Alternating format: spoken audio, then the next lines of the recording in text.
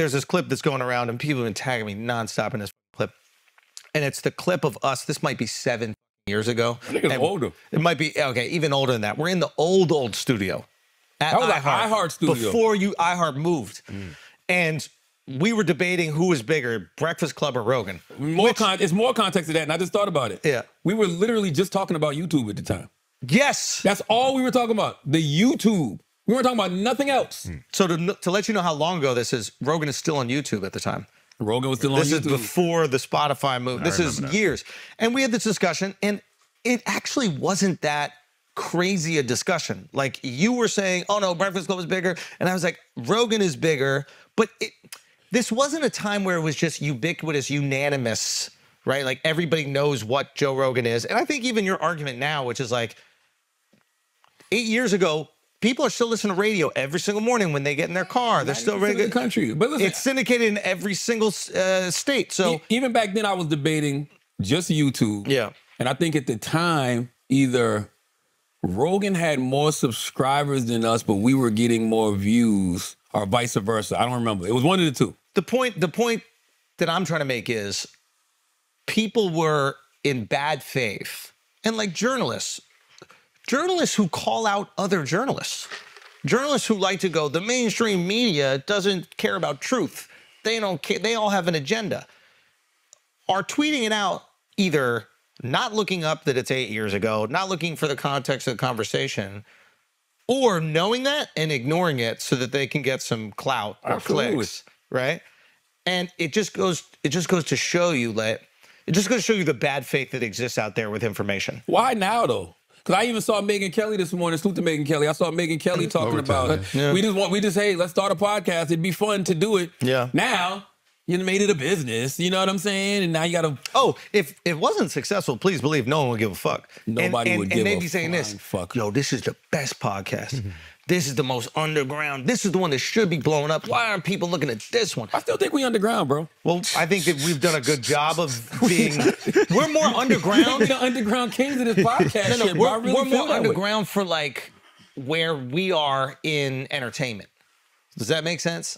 Like, there are people that don't know we have a podcast together. There's people that can't believe that know about Charlotte and know about me. And then when we tell them, we do a podcast every week for 10 years, they're like, wait, what? Guys, there are things said here that gets picked up on network news. And they don't even know. That's not underground. Son, here's the thing. Fuck are you talking about? Sometimes the network news doesn't even know it's our pod. Yeah, sometimes Charlamagne was on with Andrew Schulz. Andrew Schulz was on with Charlamagne. I see it all. Yes, absolutely. Yeah. But they'll say on the Brilliant Idiots pod. Yeah. Maybe we should. I like it like that. It is pleasant. It is pleasant. If we could really create our own community, own society where only our people could hear this shit. And then you start talking like that. Now we're in a cult. Yes, that's a cult. What's wrong with a cult? Podcast cults are fine. Yeah. It's the fucking... When they have real power. Yes, when you have real power, when it's a problem. What's wrong with having a podcast cult? Yeah. There's nothing wrong with that. If you stay benevolent host, yes. But then if you have a cult and then you start using it for I don't evil. know if y'all notice or not, there's not two people just happy to be here more than me and Andrew Schulz. Oh, yeah. We don't take ourselves too serious. We just come in here and have a good motherfucking time. Bro, every day, so we'll drop an episode, let's say it's on a Thursday. Yeah. From Thursday to, let's say we record on a Wednesday, Twitter is just up in arms. You told me that this morning. No, but like they're trying to pit us against each other and you're saying this and you're saying that, whatever. And then Wednesday comes around, we do another episode where we call each other Fraggle Maggots for 2 hours, and then the internet does what it does again.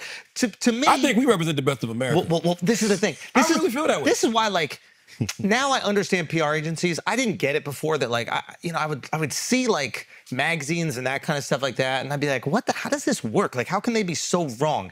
Now I understand that like magazines are all paid for now. Like, you basically pay for a cover, you pay for an article, you either pay them directly or you pay your PR agency to pitch them, and then they get you in these like lists and that kind of shit.